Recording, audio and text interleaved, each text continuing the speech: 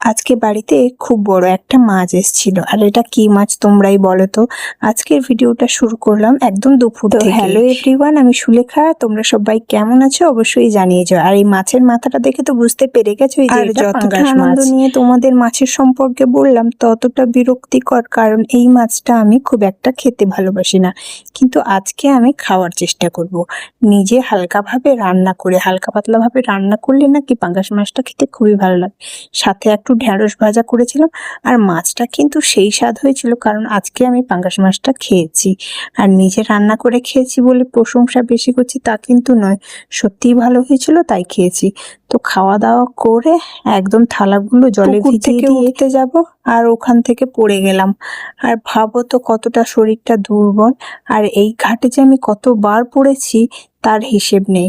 আর কথা বলতে বলতে আমি কিন্তু আমার উনানটা লেপে নিচ্ছি, কারণ এই ঘরটা পুরোটা সিমেন্টের হলেও, নিচের মেঝেটাও সিমেন্টের হলেও উনানটা কিন্তু একদম মাটির। তাই উনানটাকে আমাদের রান্নার পর প্রত্যেকদিন লেপে নিতে হয়, আর লেপে নিলে উনানটাকে দেখতেও খুব সুন্দর লাগে। উনানটা লেপে নেওয়ার পর আমার কিন্তু আরো কিছু থালা বাসন ছিল যেগুলো পুকুরের জলে ভেজানো হয়নি, তাই ওগুলোকে নিয়ে গেলাম পুকুরে মাঝামাঝি করতে। আর পুকুরের জলে কার কার থালা বাসন ধুতে ভালো লাগে সেটা কমেন্ট বক্সে জানিয়ে যেও। আমাদের সত্যি পুকুরের জল কতই না সুবিধা, থালা বাসন ধোয়ার সুবিধা, জামা কাপড়ের ধোয়ার সুবিধা, এমনকি পুকুরে মাছ চাষ করে আমরা খেতেও পারি। প্রতি বছর আমাদের মাছ খুব কমই কিনে খেতে হয়, মিষ্টি জলের প্রায় মাছই আমাদের পুকুরে রয়েছে। আর যেগুলোকে তোমরা খুঁজেও পাও না সেই সমস্ত এমন মাছও রয়েছে, যেরকম কই মাছ, চ্যাং মাছ, শোল মাছ, এই সমস্ত মাছও কিন্তু আমাদের পুকুরে রয়েছে।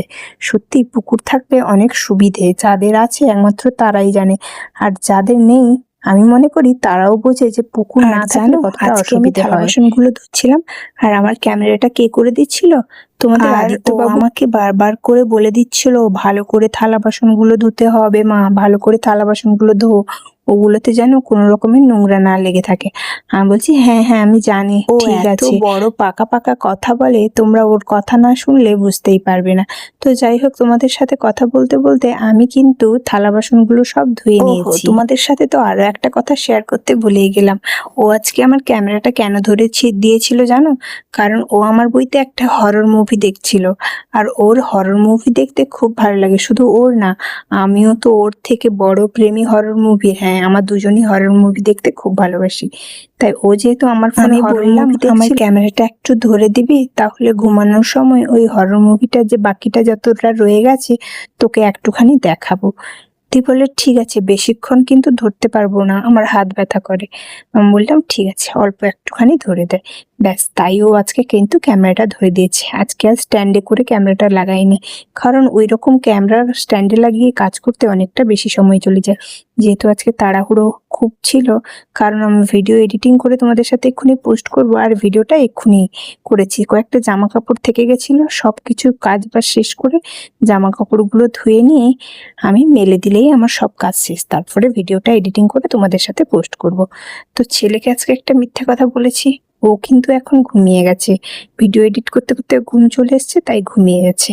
ওকে পরে হরর মুভি, যদিও বা জানি ও ঘুম থেকে উঠেই আমাকে বলবে তুমি কেন আমায় মিথ্যে কথা বলেছো, যে তুমি আমায় হরর মুভি দেখাবে। আমি ওকে সচরাচর মিথ্যে কথা বলি না, ওকে আমি হরর মুভিটা অবশ্যই দেখাবো। তো জামা কাপড়গুলোকে কমফোর্টে আবার ধুয়ে নিয়ে মেলে দিলাম। আর অনেক জামা কাপড়ই আমি 9টা 10টা নাগাদ ধুয়ে দিয়েছিলাম। ওগুলো যেগুলো ধুয়ে দিয়েছিলাম সেগুলো কিন্তু এখন একদম শুকনো হয়ে গেছে। আর এখন বাজে 2:30, আর 2:30টার সময় ওগুলো তো শুকনো হবেই, কারণ যা গরম পড়েছে। আর আমার ঘরের সামনে কতটা বাতাস হয় সেটা তো তোমরা ফোনের ক্যামেরাতে একদম দেখে বুঝতেই পেরে যাচ্ছ। কোনো জিনিসই থাকে না দড়িতে, সব উড়িয়ে উড়িয়ে ফেলে দেয়। এই বড় বড় জিনিসগুলো বলে আছে, না ছোটগুলো কিরকম নিচেই মেলতে হয়। আর কমফোর্টের সেই সুন্দর গন্ধটা শুকে নিলাম। তো আজকের ভিডিওটা এই পর্যন্ত, কেমন লাগলো জানিয়ে যেতে ভুলে যেও না।